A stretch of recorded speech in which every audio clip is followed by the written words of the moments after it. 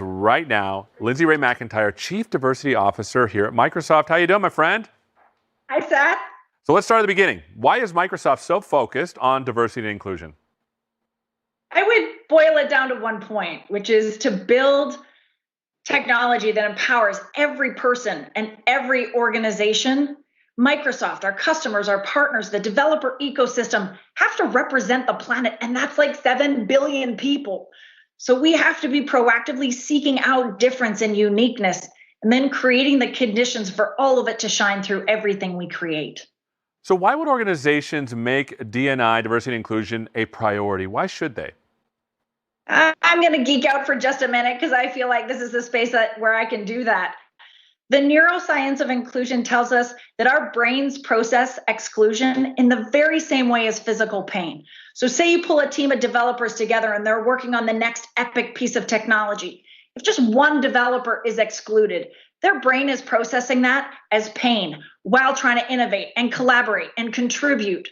If you multiply that across hundreds and thousands of projects and deliverables, that's a huge impact on an organization and a company. So you mentioned lost productivity, which is surprising. What are other benefits organizations who do this see day to day?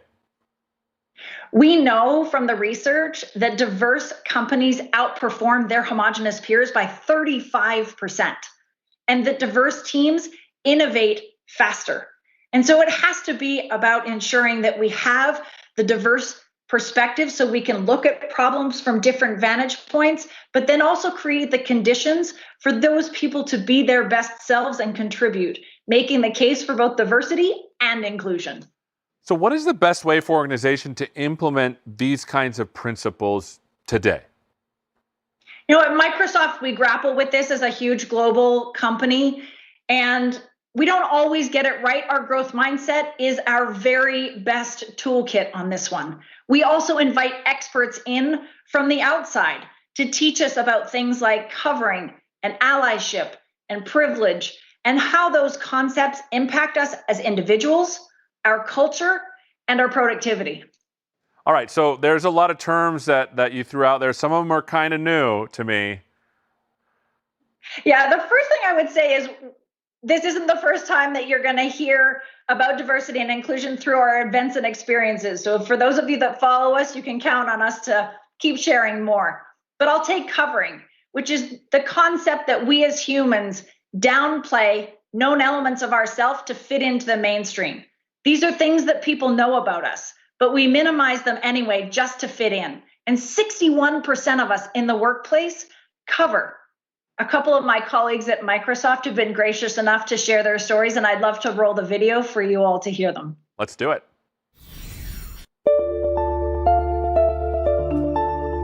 One thing about me is I have cerebral palsy. Even with disability, I think about covering a lot. I feel like there are certain parts of myself that I can't bring into my day-to-day, then it becomes harder to really engage in the work that I'm doing in, and also really hard to engage with the people that I'm working with because then I don't feel like they really understand me.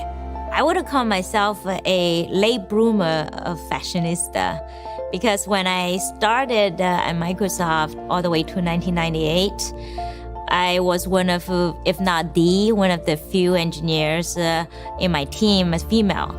And I definitely took the approach to blend it in, which means t-shirt, jean, and sneakers.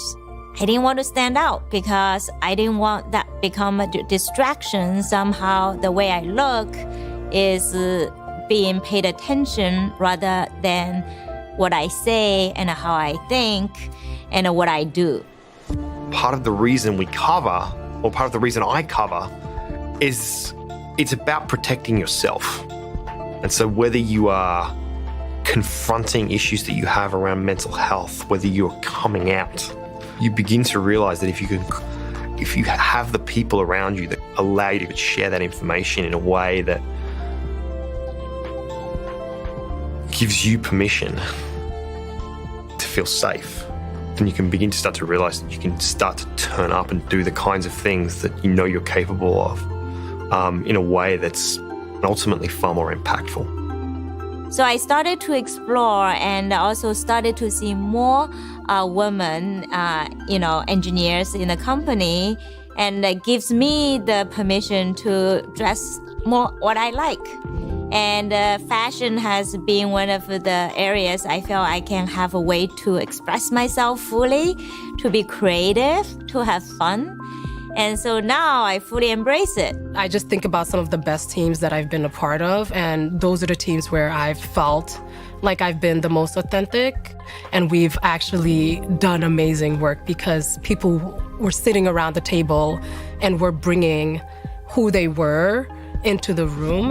In situations where I can feel like I don't need a cover, it feels like anything is possible. It feels like I can, not only show up places, but I can really actually speak up and kind of rise up and think about, what do I bring and what are all these experiences that I've had as a result of being gay, as having a disability. We have an obligation to represent everyone that uses our products and everyone that comes in touch with Microsoft. And that's really my dream and what my vision of achievement looks like at this point. I love learning about my colleagues. I mean, it's both exciting to see, how they can be their own selves, and sad again to see that they had a little bit of a struggle. What's the key takeaway for us here? In the diversity and inclusion space, we have a saying, which is if you're not intentionally including, you are unintentionally excluding. And now at a time when the technology can exacerbate inequality more than ever, it is on each one of us at Microsoft, in our partners, in our customers, in our entire developer ecosystem to proactively look for those instances and then build in a more inclusive way. When we do that, our ideas will be better, our products will be better, and for sure our customers will be better off. Thank you so much, Lindsay. This has been amazing. Thanks for having me. Have a great day.